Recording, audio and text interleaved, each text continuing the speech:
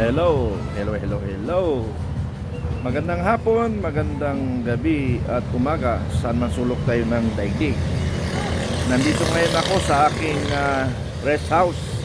Ngayon ko lang nabisita na ito yung hinanda ko na headquarters sana kung natuloy yung programa ni Pangulong Marcos na ang kayamanan ng Marcos ay ipamamahagi niya sa mga nasa laylayan ng lipunan.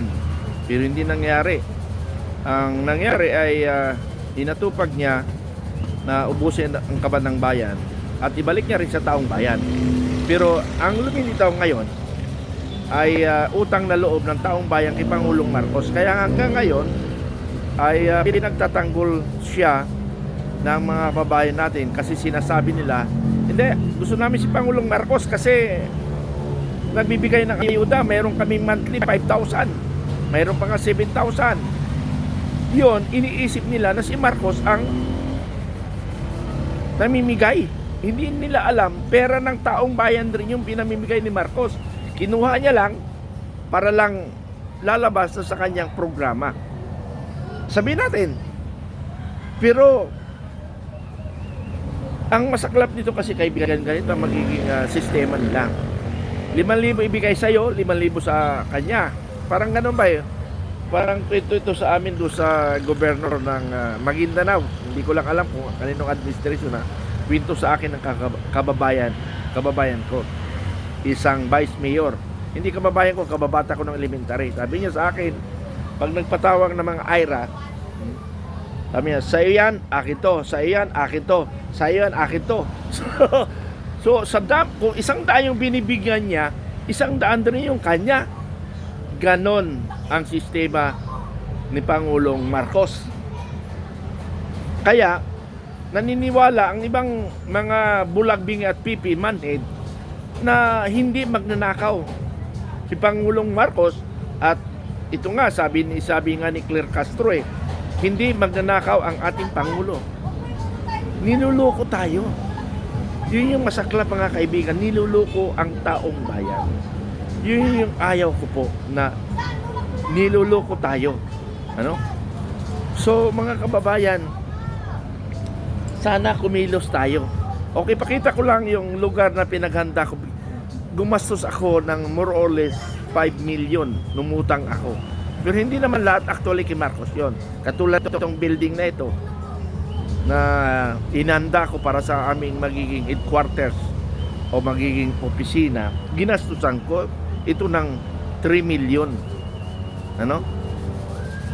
Although sa akin napunta, ang point ko doon, hindi nakaprogram yung budget ko. Kaya ngayon naghihirap tayo.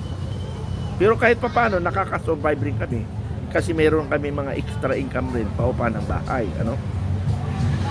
Pero kung wala kami noon, hindi na ako makasurvive. Kasi nga, yung ginawa ko na yon, ang akala ko talagang totoong-totoo na mayroon talagang ipamamagi ang ating Pangulo. Yun pala, pinaiikot lang pala tayo. Okay, tingnan nyo ang sitwasyon na. At saka itong headquarters na ito, ihinanda ko ito kasi parang napabalita ng mga 2022-23 ay mapapagera tayo sa China. Kaya humanda ako na kung saan malapit sa kuweba, na kung saan kahit ilang bomba nila hindi nila kaya kasi nga more or less nasa 1,000 feet ang lapad. So ibig sabihin hindi kayang basagibain ng mga 10 bomba lang kahit anong ulit-ulit makapal. So ipakita ko ang situation para makita ninyo Ayan Yan yung Marcos Highway. Yan po ang Marcos Highway. Ang tinatawag Marikina Infanta Road. Yan. So yan. Yun yung paanan ng Sierra Madre. Yan ang paanan ng Sierra Madre. So ito naman sinasabi kong kuweba. Ayan ang tuktok niyan mula doon sa nyug na yon, andyan yung kuweba na kung saan ang lagusan nito sa Ilog Pasig. Ilog Pasig. So ilang kilometers ang kuweba na ito? More or less estimated nasa 10 kilometro ang haba nito. So ibig sabihin, maraming taong mabubuhay dito, maraming taong makakaligtas dito. Kaya lang magdadala tayo ng ilaw, ano?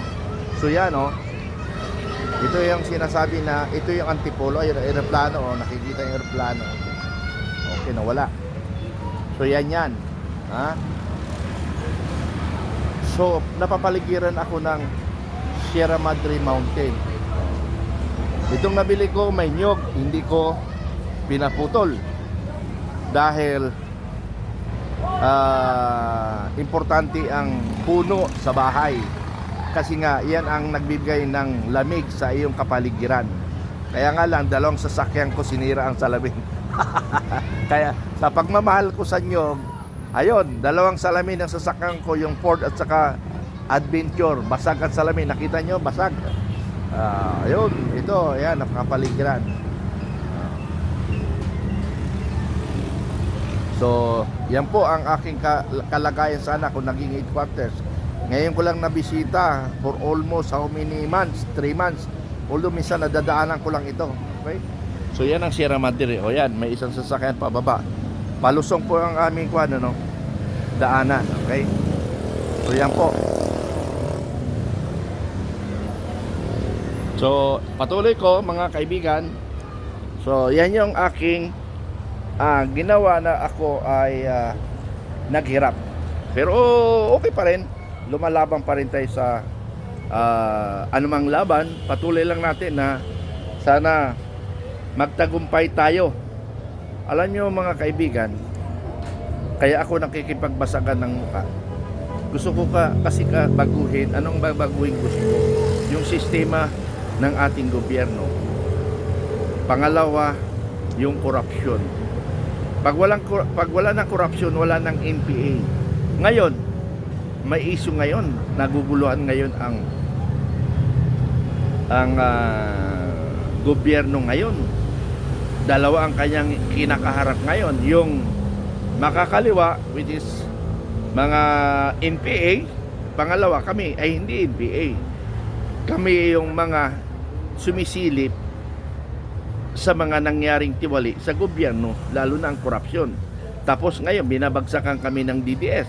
So okay lang kung binabagsakan yung DDS, lalo yung dinadagdagan ng kalaban. We are not all DDS. I am Marcos Loy. Pero sabi ko nga, binawi ko na. Ayaw ko na magpaloko. So yung mga kasama ko dyan sa Marcos, kung gusto niyo magpatuloy para na niloloko kayo, tuloy lang kayo. Kasi prinsipyo yan. Pero sana mga kahilingan, pag dinibati niyo ako, yung bang mayroong anong nagawa ng Pangulong Marcos. So yun ang gagawin natin. Hindi yung magbibira ka lang na wala namang saysay. Kailangan mag-discuss tayo. Ano ba dapat discussan natin? May corruption ba o wala? May programa bang Marcos o wala? So doon tayo mag-uusap para maging legit ang inyong laban sa amin, mga kaibigan. Katulad ni General Bukis, ang aming pinaglalaban lang yung nangyari sa ating bansa. Katulad ni Colonel Mungaw, nawalan na siya ng tiwala sa Pangulong Marcos na pamunuan ng Armed Forces of the Philippines at ang ating gobyerno.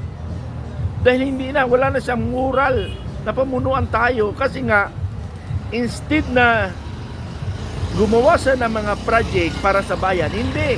Nakikipag-away lang siya. Pinapalabas niya na kurap si Inday Sara. Ngayon, sa mata ng taong bayan, magnanakaw si Inday Sara doon sa mga bulag, bingi at pipi. Pero hindi kami makayang paikutin ni numan. Kaya galit na galit sa amin. So mga kaibigan, patuloy tayong lalaban laban korupsyon. Kung kami ay binabagsakan yung DDS, so be it. Yan ang sabi nyo eh. Kayo may sabi niyan eh. Ako mismo, hindi ko sinasabi lahat ng grupo ko. Ako mismo, ang gusto kong labanan ang korupsyon. At gusto ko tanggalin ang sistemang bulok sa ating gobyerno. EDSA 1, anong nangyari? Ano ang na-priority nila? Nakaw dito, nakaw doon, posisyon dito, posisyon doon, pagsasamantal sa kapangyarihan. Ganon ang nangyari nung EDSA 1. EDSA 2, ganon din. Wala, mga gahaman kayo sa lipunan. Sana naman mga kababayan, bagong muka ang hanapin natin. Baka mangyari, mababago natin ang Pilipinas. Yung mga lumang politiko, huwag nyo nang tangkilikin. Yung mga lumang politiko, huwag nyo nang tangkilikin. Now, kung mayroong nagawa ang lumang politiko, maring suportahan ninyo. Yung walang nagawa, huwag na. Lalo na'y matagal. Tama na yung 10 years sa posisyon, ibigay nyo naman sa iba. Huwag nyo gawing pag-aari ang posisyon sa gobyerno. Mga punyeta kayo. Ha? Mga kababayan ko, nasa atin, Pilipino, ang pagbabago ng Pilipinas, hindi ang nasa gobyerno. Tayo ang dapat mamuno. Tayo ay magkaisa para sa ating bayang Pilipinas. Maraming salamat mga kaibigan. Sana magising tayo. Magising tayo sa katotohanan. Bye-bye. I love you all. Okay.